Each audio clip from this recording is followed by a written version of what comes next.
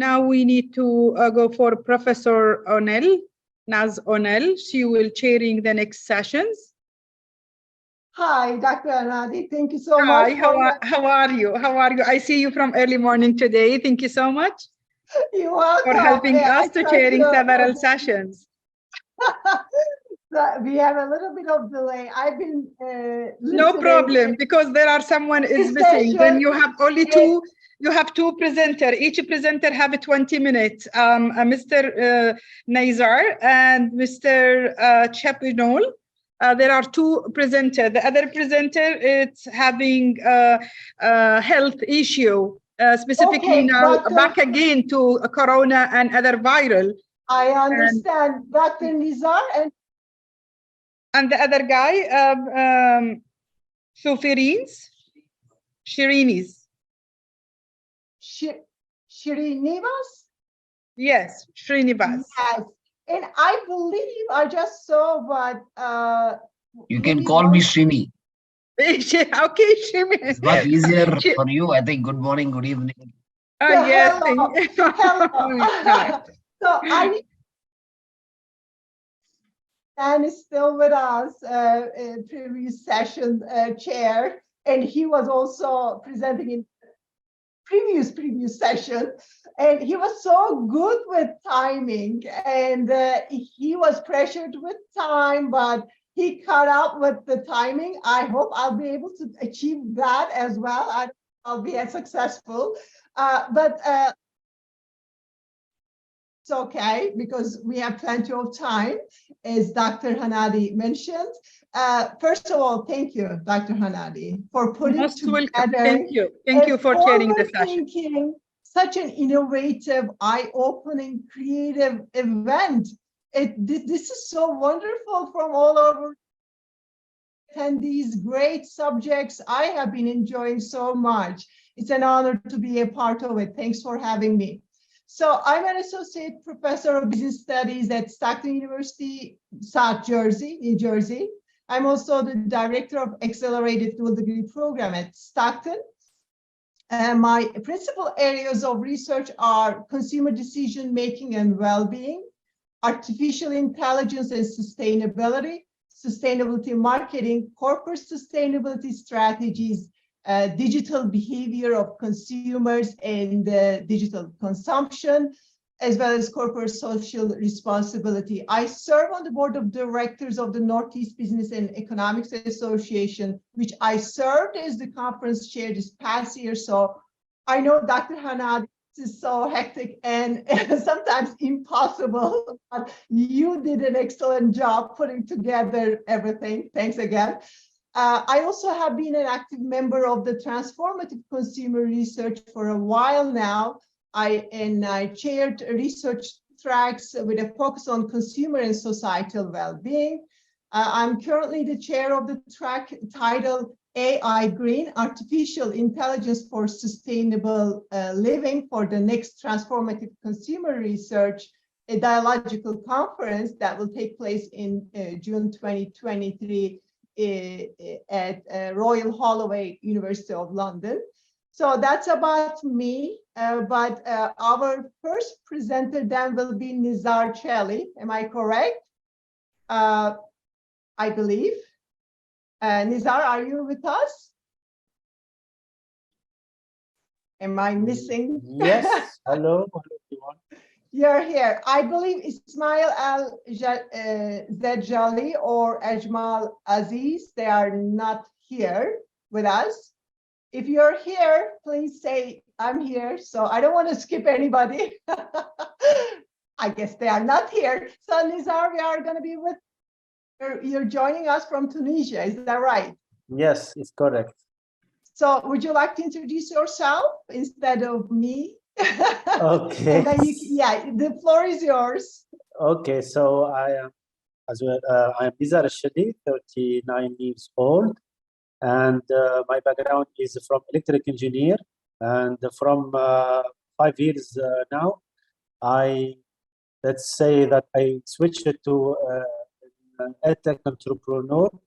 So I built the robot lab here in Tunisia for its kind of academy for kids and teenagers, helping them to develop their skills in robotics, electronics, and also thinking, logical thinking, and team working, and etc. It's all about STEM education.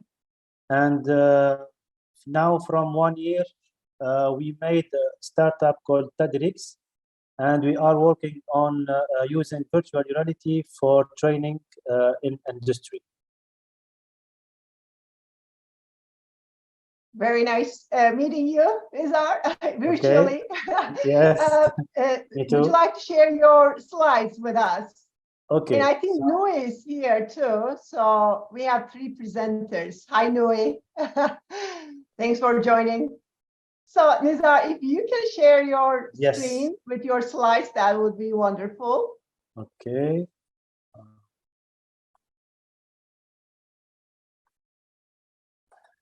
Yeah, present.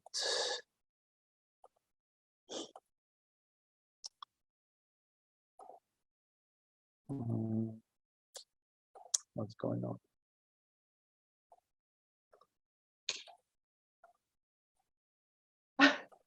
The live issue sometimes.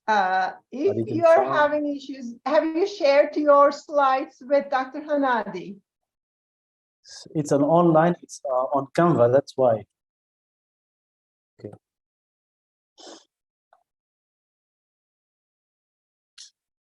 Yes. Dr. Hanadi, do you have Nizar's slides by any chance?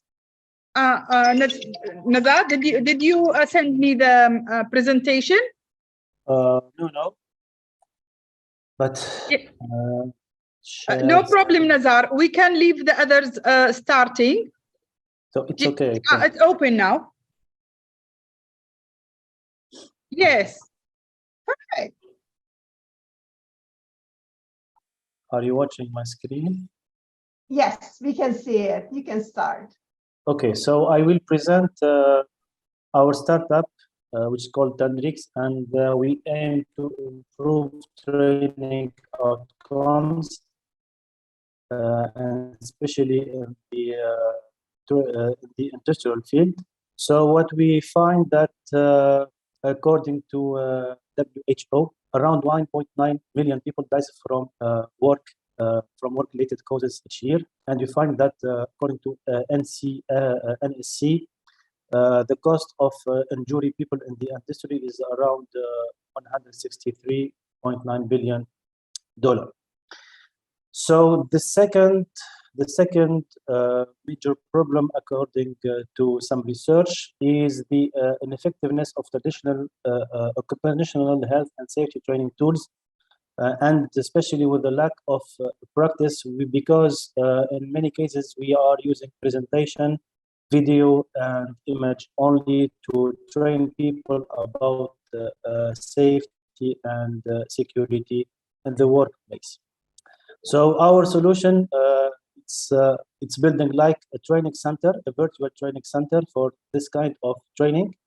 It will be with all the risk situation simulator. It will be without risks, and we aim to have a real-time evaluation using artificial intelligence, and it's eco-friendly because we are using the virtual reality headset to simulate all the scenario or the risk cases. So with this virtual reality headset and in this virtual training center, we can replace the production equipment, the major equipment, the chemical product, and the protective equipment. So until now, what we have developed is handling risk prevention module, electrical risks prevention module, fire risks, and chemical risks prevention. So this is a brief video. I don't know if it will be. Otherwise, we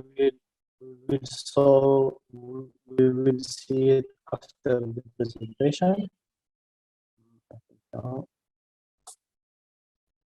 No problem. Also, we develop a 360-degree environment. So it's like we take an image, 360-degree capture in the format of image or video, in the workplace, and we add to them a layer, an interactive layer with quizzes, video, image, and so on to help the employee to be more familiar with the workplace and the safety requirement. This is the same issue with the video. So and we are developing. We are focusing to develop.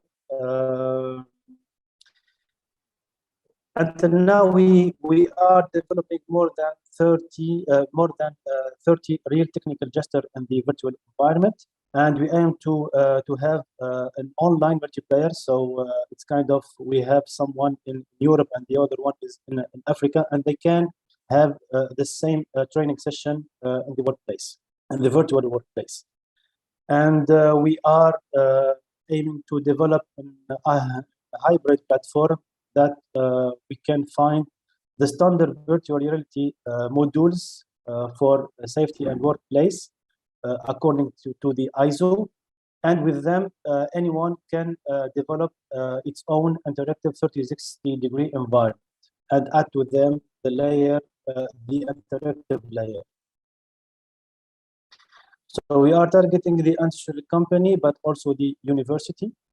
And until now, we have in Tunisia 5 clients, and it's not so easy in Tunisia to develop that kind of technology for training, because the most of industry they are using the traditional training approach, and we are working on developing the culture to use the virtual reality in training, and to find the way to sell them with a good business model.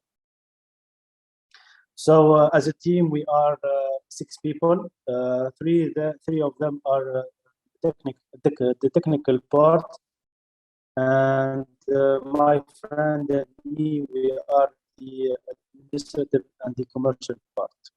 Yeah, so and we are incubated in Innovation City in Tunisia after winning the 34 competition. Yeah, that's it. Thank you for your attention. Thank you, Nizar. This was exactly to the point.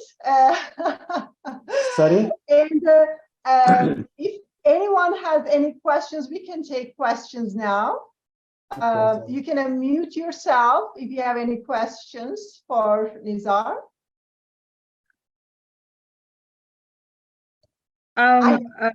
Professor O'Neill, if you allow me, we leave the 10 minutes, last minutes for roundtable discussions. This is for open discussion between the speaker. Now we prefer each speaker presenting their presentations. Okay, and we will have now 3 presenters, Nizar and Jimmy, right, and Dr. Savino. Also, there are 1 doctors. Okay, so now, Jimmy, let's start.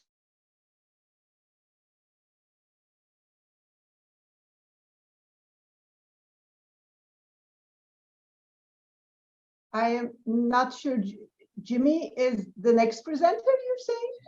According to the schedule, I have Mr. Chatlapali. Yes, Chatlapali. Okay. Chatlapali. Hi. Hi. Can you please reduce your name or having some things to call you? What is the nickname for you? You can call me Srini. Srini. Okay, Srini. Very nice, Srini. I like that. Srini, it's already participated last year. He is a tremendous speaker. Oh, wonderful. Welcome, Srini. You're more experienced than I am, so I'm going to leave it. I'm assuming the next session we have will be an in-person meeting either in Kuwait or one of the best areas of the Gulf. So I've just come back from a week vacation in Dubai and Abu Dhabi, so it was very nice. Wonderful, wonderful. Lot of You activities. repressed it. Okay, yeah, we are here with you listening. Yeah, can I just share my screen? Can you see my screen? Yes, we can.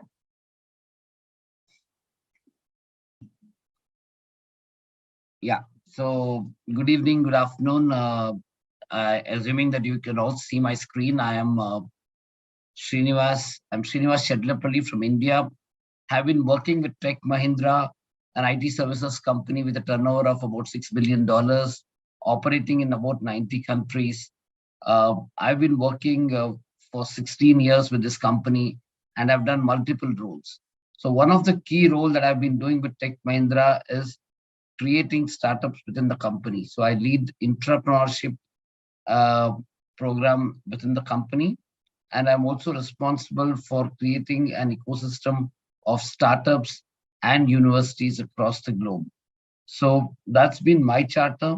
My areas of interest in terms of technologies has been AI, metaverse, and quantum computing. I also lead the business for metaverse for our teams.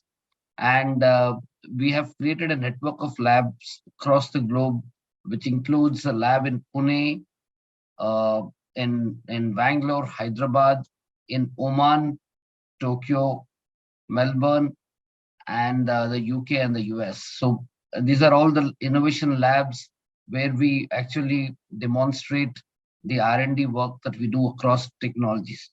So in addition to leading entrepreneurship and startup collaboration system, I also lead innovation management, and I'm chartered with increasing the innovation quotient of the organization and the customers we work with. So that's my charter with the company. This is my second year as a speaker with this elite event being organized by Dr. Hanadi and their team. I think the last year response was good. We see a lot of technological work happening across the globe, and there's a need to tap startups, ideas in each part of the world and see how they can be scaled to serve enterprise and society. So today, the topic that have been given to me is what are the innovative approaches we have to teach creativity and entrepreneurship to students and to people who would like to be wannabe entrepreneurs. So I take that subject and I would like to discuss with you all. But before going into the teaching options, I'd like to look at creativity, innovation, and entrepreneurship. How are they connected? And how do we actually create a course material or a teaching for these two important areas? So as you all know, entrepreneurship is where an ideator comes up with an idea and he thinks that he can create, she can create a company along with a set of people, and this with a product that nobody has created till now. So that's been what a startup has been, that's been what entrepreneurship has been till now. But where does creativity play a role? Where does innovation play a role? So how does it all start? So it all starts with an idea. So creativity is where actually you have students, associates coming up with new ideas, and they're trying to identify a new and different way of looking at problems. And finally, once you have an idea, innovation is the process that converts the invention or the idea to make it more marketable. So we see that there's a correlation between creativity, innovation, and entrepreneurship. And we'll try to dwell this into a little more and try to see how creativity plays an important role in entrepreneurship. So if you look at the points that I was trying to discuss, creativity plays a different role, an important role in all stages of your entrepreneurship journey. So whether it is your initial part where you try to develop a startup, where you have multiple ideas, which you're trying to segregate, have a business case, and then move it into a startup. That is the first stage where creativity plays a role. But after that, creativity has a role once the product is designed. Because at the end of the day, when we design a product, we would like to market it to the targeted audience, saying that we are better than our competitors if there are any, or saying that this is the intention with which we have created this product. So creativity plays a role in actually designing the product, improvising the product, making it more marketable.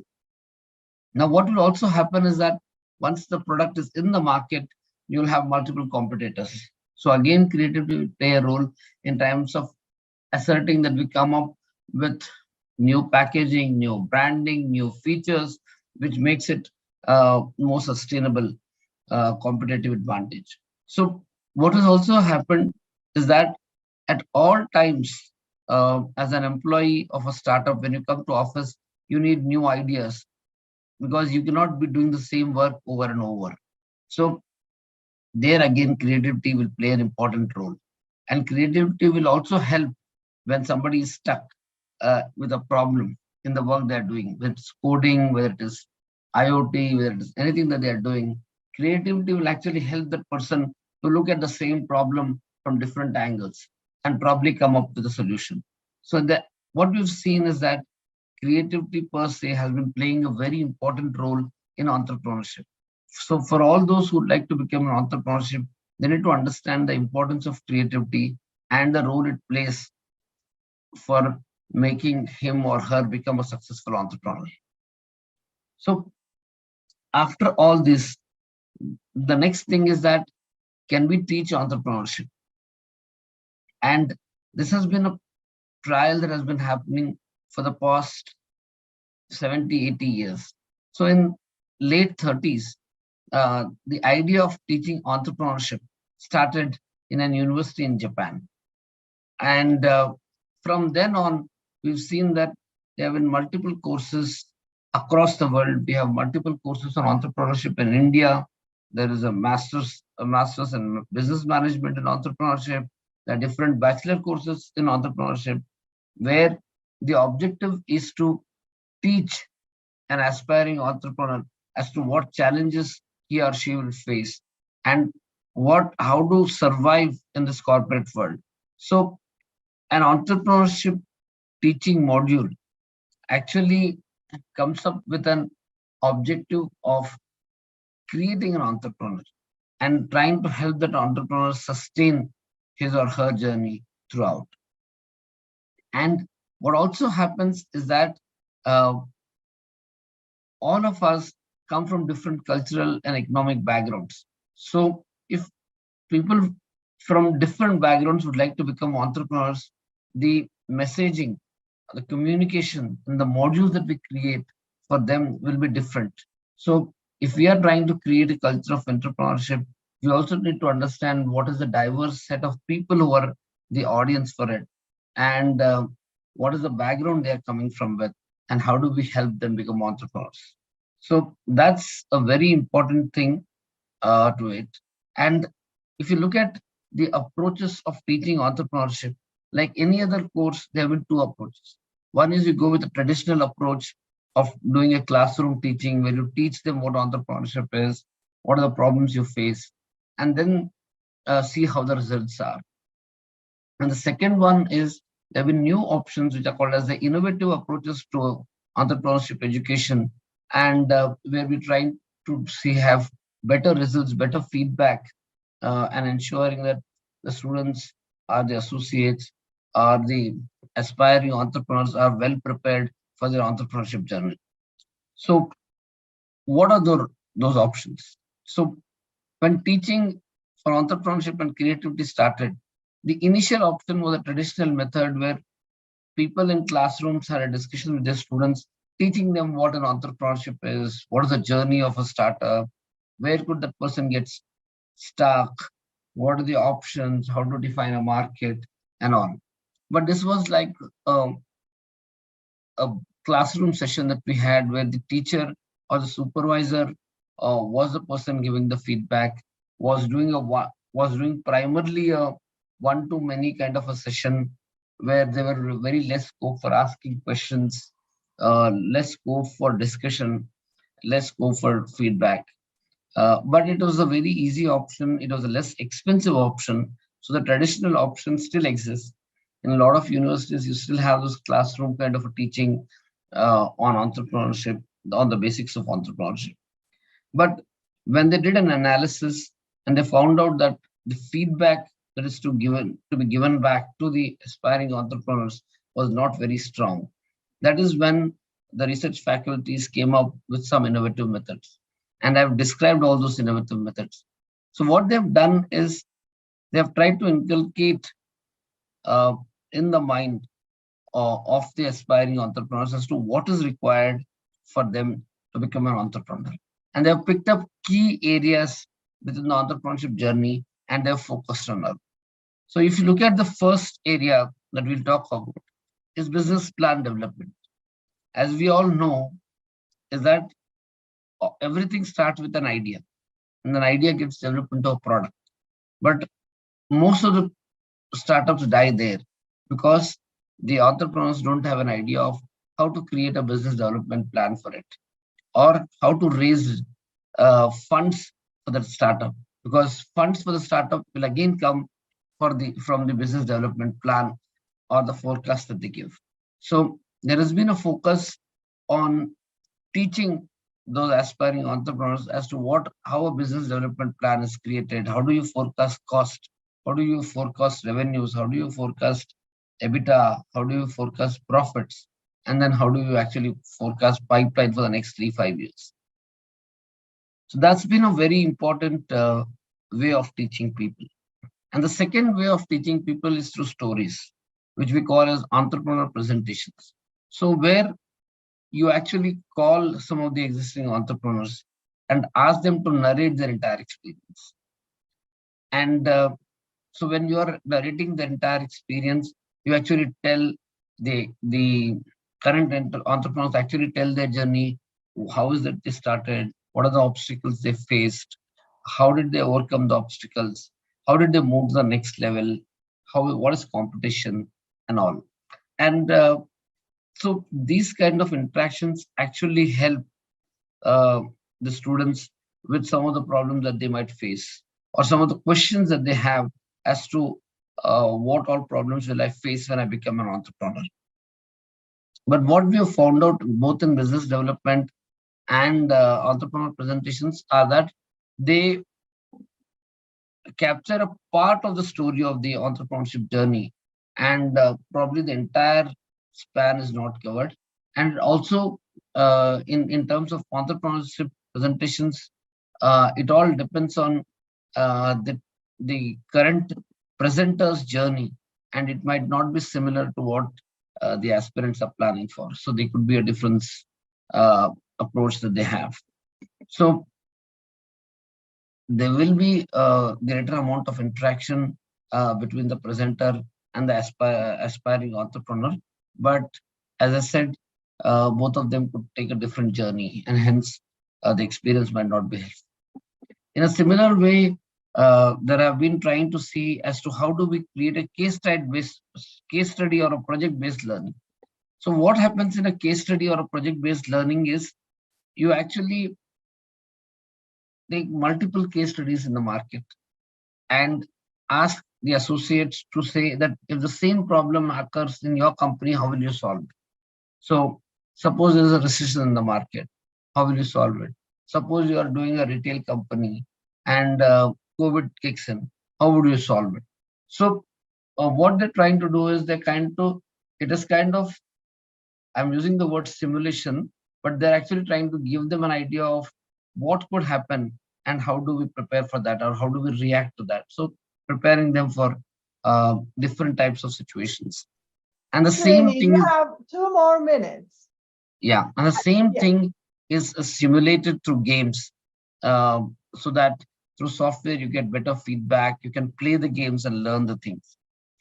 And there's one more option where elevator pitch is another model where the aspirations are taught how to make a pitch to a customer, to an investor. And a very important thing is to how to use social media in this age to market, to promote, and to sell. So those are some of the things that are taught. My concluding slides, the next 2 slides are my concluding slides, where the aspirants are actually taught through different startup development phases as to what is the importance of an idea, how do you actually develop an MVP, and what is the stage at which you grow. Again, this entire stages can be taught through the different methods that we had, through simulation, through case study based, through experiences. And the need to have a good team and the percentage of success depending on the timing of the product, the team, and all are given as an input to the aspirants. And the last thing is the aspirants are actually encouraged to create a philosophy of taking time to innovate, of creating hubs where people can come and work, of giving an importance to your individuality, of not taking no for an answer. And then the most important thing in the startup world is to keep connecting, is to create connects. So I think these are some of the most important things that budding startup entrepreneurs should know, and that is what should be covered in the teachings. So I think this is my LinkedIn profile. Would like to be happy to connect with anybody on LinkedIn or take questions now or during the panel discussion. But these are the points from my side. And for all those hearing and planning to become budding entrepreneurs, I wish them all the best and would like to connect them through my LinkedIn or over a call. Thank you so much, Srini. You just made it on time. That's wonderful. This was a great presentation. We'll take questions at the end of the session. Now we have Dr. Savanit Vatanasakdaku, Nui, right? Yes. Thank you for joining us, Nui. And you're joining us from Australia, is that right? No, actually, I'm in Qatar. I have You're already in relocated. Qatar. Okay. So at the moment it's 11 p.m. If it's Australia, morning. Another 10 minutes. Yeah, I know. I hope that I'm not going to sleep while talking. I hope. So shall I start? Should I share my presentations and starting to introduce myself? Sure. Or please, you can share it with us. Thank you. Okay. I'm not sure is it good morning or good evening, but good morning, good evening, all of it. good night to everyone. My name is Nui. My full name is Savanit Vatanasakdakun, but everybody usually call me Nui anyway because it's quite short. I originally from Thailand, and then I moved and study and work in Australia, Sydney, which I stayed for about 20 years. And 5 years ago, I decided I want to do something else that is more challenging in my life. So I joined Carnegie Mellon University, and which is our head office is in the US. I've been appointed in the US, but I'm based in Qatar. So we have two main campuses, which is in Pittsburgh and another big campus in Qatar. So this is how my life began with entrepreneurships. In 2017, when I arrived to Qatar, Middle East is a very, very challenging environment. It's a whole new world to me because in my past life, I used to learning and teaching in either Western environment or Asian environment, but Middle East is in the middle. So my area of expertise at the moment at Carnegie Mellon University is associate teaching professors in information system. Courses that I teach is directly related to what we are discussing today, which is on entrepreneurships and startups. But for me, I'm focusing on the digital platform, like digital startup, tech startup, social commerce. So this is my area of expertise. In terms of my research, I'm doing research on technologies adoptions, on how technology could be best fit in variety of culture and industry and technological context. So my research has gone from in the past, perhaps 15, 20 years ago, from B2B adoption, for example. At the moment, I'm looking towards more the use of social media for commerce, social commerce in different varieties contexts. So what I would like to share with you now is my journeys and approach, challenges, insight, and perhaps questions to throw for discussion later on innovative approach to teaching entrepreneurships and creativity. So this is what we highlight. I would like to start with the questions that that will allow us to generate the ideas and perhaps wrap up with the conclusions that really can entrepreneurship skill be taught. And this is similar to the previous speaker that have addressed, I think we can call him Chetty, right? That Chetty has addressed that really can entrepreneurship be taught. I always wonder, since I start teaching the tech entrepreneurships, like how could I teach students to have basically I teach a course called Tech Startups, to have a startup skills, to have a startup motivation, to have the startup mindset. Should this be, can they be taught, or is it something that they're born with, or their background that, should it come from themselves? Dear colleagues, entrepreneurship case study, if we look from that perspective, yes, it can be taught. But in terms of spiritual mindset, resilience, how can we teach them to be a successful entrepreneur or startup in the industry? Because if we only emphasize this on maybe case study, but when they go to the real world, this is not the world of startups. So as an educator, how can we build entrepreneurship's DNA or skill through education? So because what I believe that entrepreneurship skills and startup is more than just what we taught in the textbook or case study. That's why I emphasize on the more like a soft skill and the mindset and the journeys. Recently, I come across very interesting books and also articles that Joe Abrahams, he categorized entrepreneurship, he called it entrepreneurial DNAs, and which is has in this book. He categorized into 4 categories. He calls it a BOSI model. So the first type of entrepreneurs that we are trying to build to the society, we call them builder. So with this builder type, this group of people are entrepreneur startup spirit. They have quite high determination and self-driven. Okay, these people are actually less motivated by personal income, but they're more motivated by how they see the company itself is growing. For example, can you grow the company by having more adopters? Can you grow the company by having more warehouse? So they are emphasizing, and their satisfactions is basically based on the growth around them. So they are the builder. If you think about builder characteristic, they are actually moving forward. What they are lacking on this type of entrepreneurial skill is the poor of relationship management. Second type that Abraham was categorized is the entrepreneurial based on the opportunists. Opportunists, by the name itself is self-explanatory, which is they're sniffing out money-making opportunities. They're looking at business like vehicles. So whenever they spot the opportunities, the road, they will stop. If they see the opportunities turn right, they will turn right. If they see turn left, then turn left. So what happened? Great spotting of opportunities, but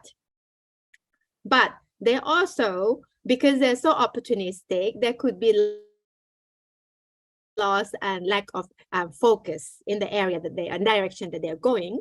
The good thing about this opportunist group is they are quite resilient because they are quite optimistic. They would think, okay, if we lost now, if we crash now, no problems, new opportunity will arrive.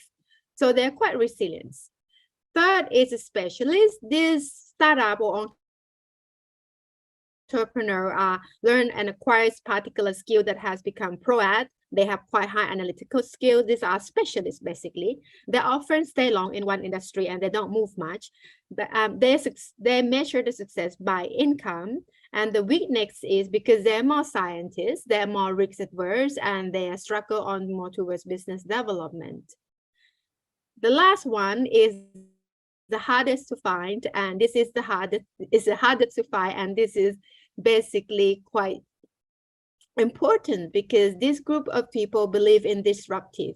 They will create something that shake the world, and basically they will use creativities to create and invent new things that affect the way we live, majority of people on the global scale.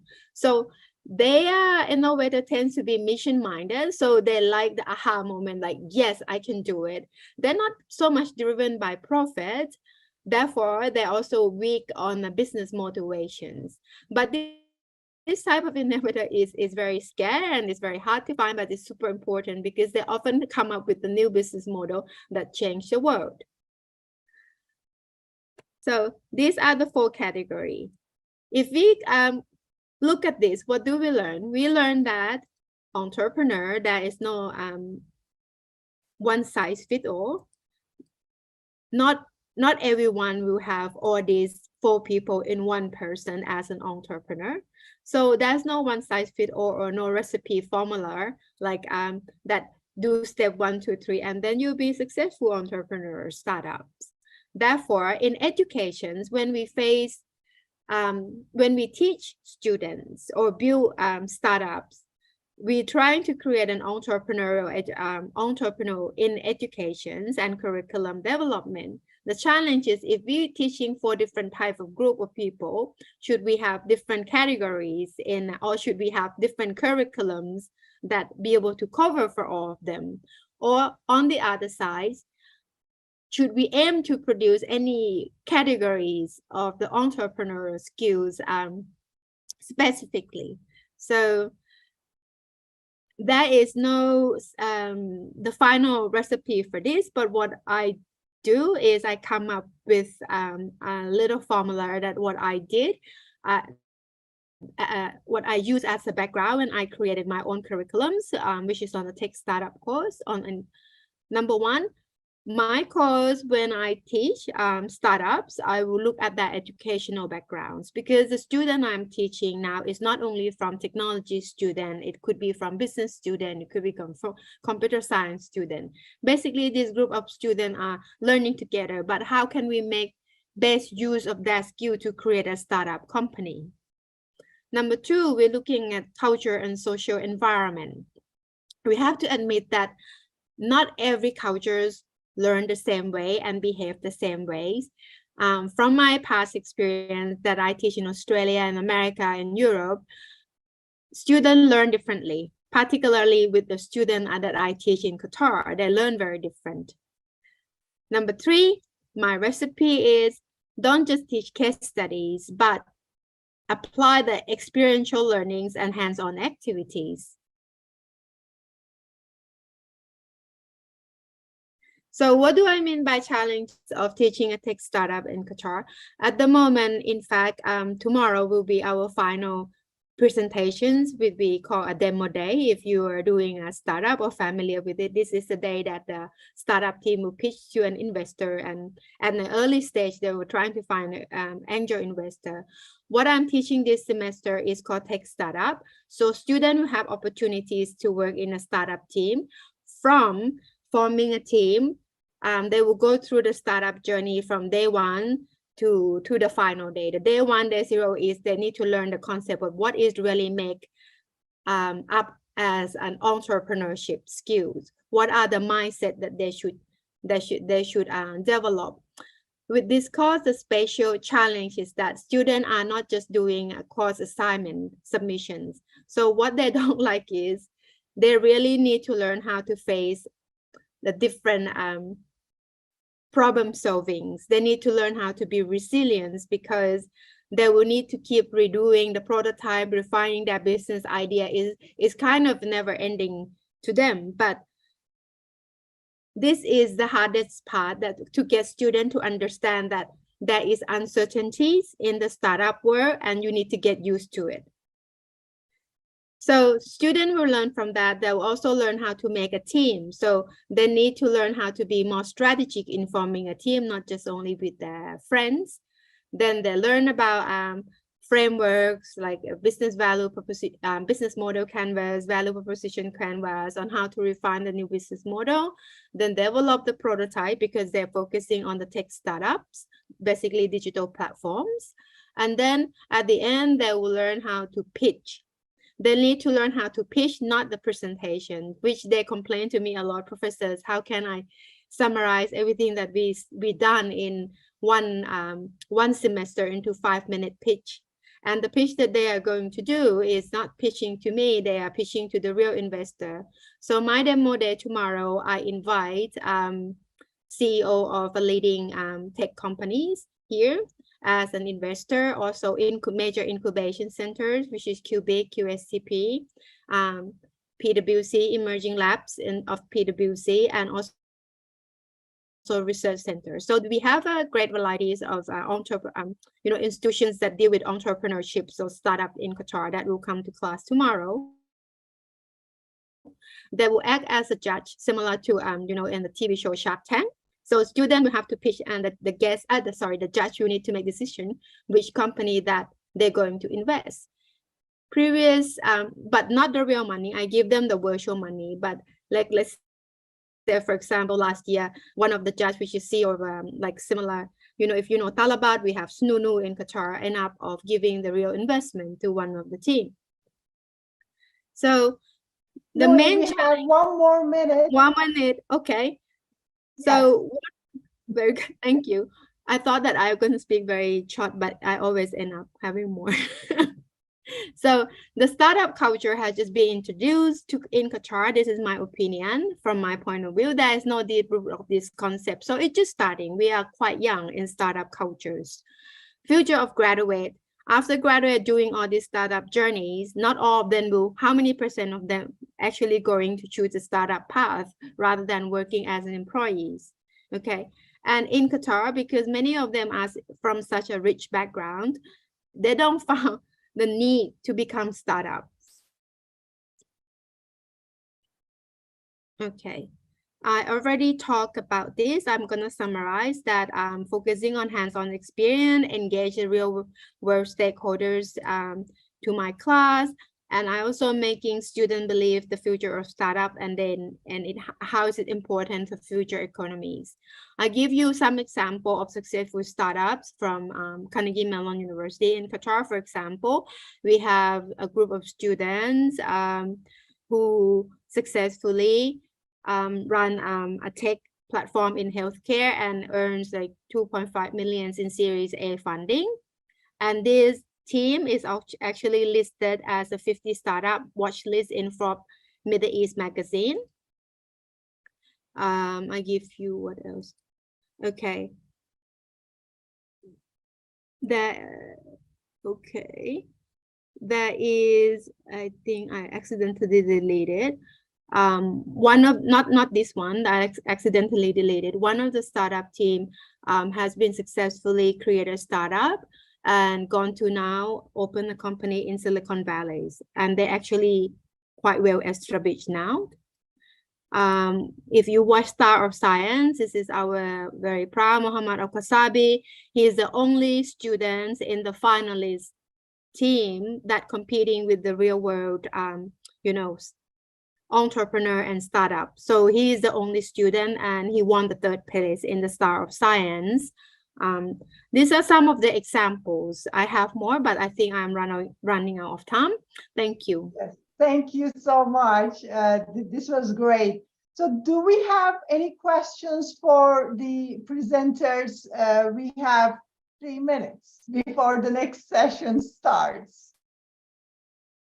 Any questions? Yes. Dana? Yes, Dana. So Dana, So my question for the 2 previous speakers, and by the way, thank you so much for the valuable presentation. It was like rich in the method of teaching the entrepreneurship and creativity. My question is for the 2 previous speakers from their different perspective, is what is, in their opinion, what is the perfect age to start teaching the entrepreneurial methods and the creativity know-how? And is it started from the primary stage at the schools, or it should be for the up levels after they choose what they are really interested in, for getting like a majors in university, or it's in like the university phase? This is my question. Thank you. this is a great question. Oh, thank you. I think I'll take that question first. So I think